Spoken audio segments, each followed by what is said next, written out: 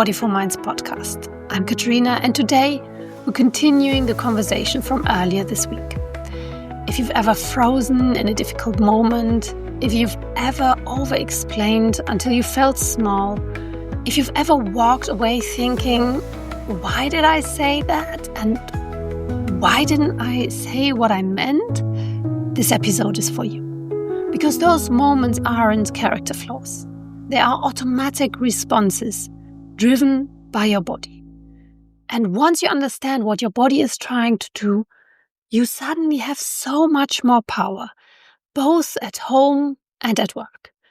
And with it being Thanksgiving, we're also going to talk about how gratitude, yes, even gratitude, can sometimes trip us up. Let's name what happens in high-stress conversations, especially for ambitious moms. You freeze. And that shows in you blank, you lose words, you retreat internally, or you over-explain. That is, you try to prove your worth, you fill the silence, you justify things that don't need justification, and you keep talking because silence feels unsafe. You fawn by agreeing to keep the peace, you soften your voice, your boundaries, your presence. You try to make everyone feel comfortable, everyone except yourself. Or you overfunction. You take responsibility for other people's emotions, you manage the moment instead of participating in it and staying present in your own emotions. These responses are protective adaptations, often rooted in years of managing expectations, emotional labor, and the invisible pressure to be the emotional anchor for everyone. They show up most strongly in familiar contexts, the places where these patterns were rehearsed the most. Your body isn't trying to sabotage you. It's trying to keep you safe, based on what you've learned safety means. Because you're operating on two fronts. At work, you're navigating complex situations where you feel the need to constantly prove yourself. And at home, you're carrying the emotional load often for most people around you. And often with interrupted sleep, very little recovery, a high mental load, pressure to be on everywhere. This creates a baseline of activation where one comment from a colleague, a partner, a manager, or a family member pushes you past what your nervous system can comfortably handle. Your reaction isn't about the comment. It's about your capacity in that specific moment. And now let's add gratitude in the mix. Yes, you're grateful for your kids, your family, your home, your job. And gratitude is a powerful mental health tool. Research shows that genuine gratitude practices can reduce depressive symptoms and support emotional well-being. But gratitude only helps when it feels true in your body. Sweeping gratitude statements can slip into self-gaslighting, and you start telling yourself, I should be more grateful. I have so much. Why am I not happier? I should be more content. But here's the truth. You may not feel content today, and that's okay. You carry a lot. Maybe even feel left alone with many of the things you do for your family. When your nervous system is constantly activated, your body is in threat mode. And that state is physiologically incompatible with feeling grateful. Incompatible with feeling grateful. Your body is telling a completely different story. And on top of this, you may be in perimenopause or menopause or a challenging part of your cycle, all of which significantly shape how regulated you feel. Those are the days where many of us have thought, well, congratulations to me for being a woman. And if you're listening after Thanksgiving, this still applies. Because for so many ambitious mums, the feeling of I'm not grateful enough doesn't end with one holiday.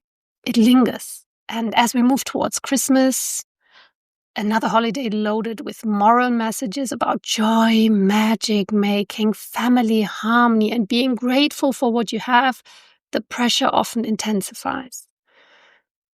Moms especially receive the unspoken message that we set the emotional tone, we create the magic, we hold everyone together, and we should do it all with gratitude and a smile. And if you don't feel that way, you can quickly slip into the trap of thinking something is wrong with you, when in reality, your nervous system is simply overloaded. Your body is reflecting the weight you carry, not a lack of love or appreciation. So if you feel chaotic inside or pressured into a gratitude that doesn't resonate today, come back to your body. Because before you can work on communication scripts, confidence, negotiation strategies, or even healthy boundaries, you have to start noticing your body's first cue. You can't shift your reaction if you don't catch the moment your body enters protection mode. So look for things like breath shortening, jaw tension, shoulders rising, fogginess, shrinking posture, maybe even sudden tiredness. I need to fix this urgency, that internal surge when you feel yourself preparing to over-explain. Once you notice it, you can interrupt the pattern. This is the root of calm leadership at home and at work. Try this in any high-stake moment. Firstly, take one slow exhale.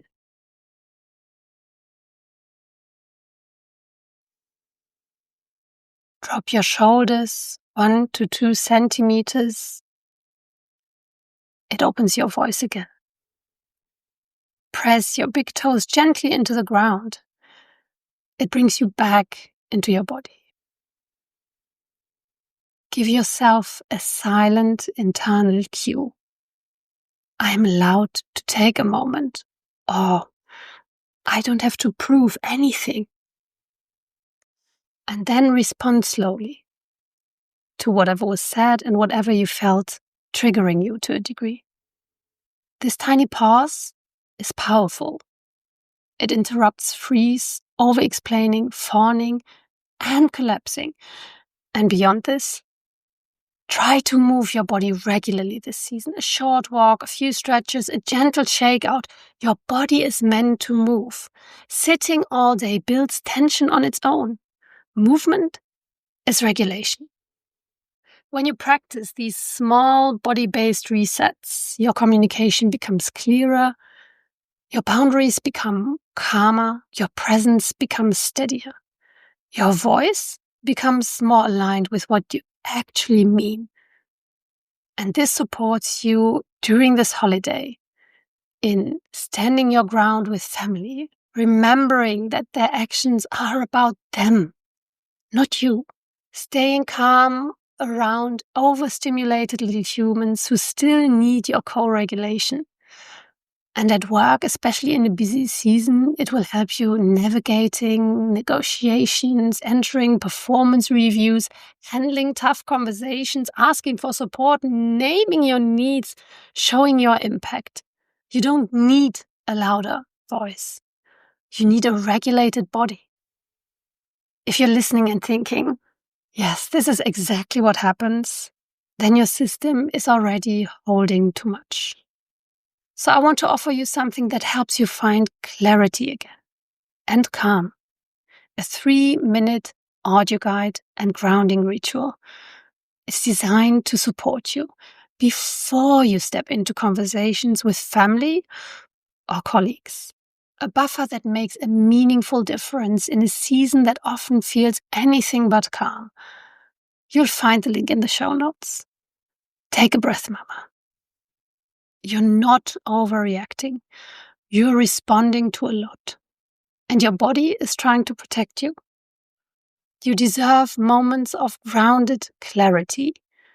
And you're building that capacity with every small shift.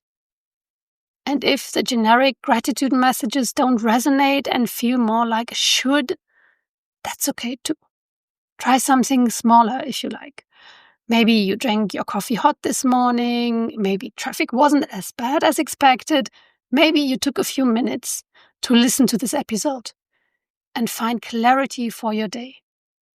Small gratitude is still gratitude, and it doesn't erase your lived reality. Thank you for being here. If this episode resonated, send it to another mom who might need this reminder today. And as always, more you, not more to do. Until next time.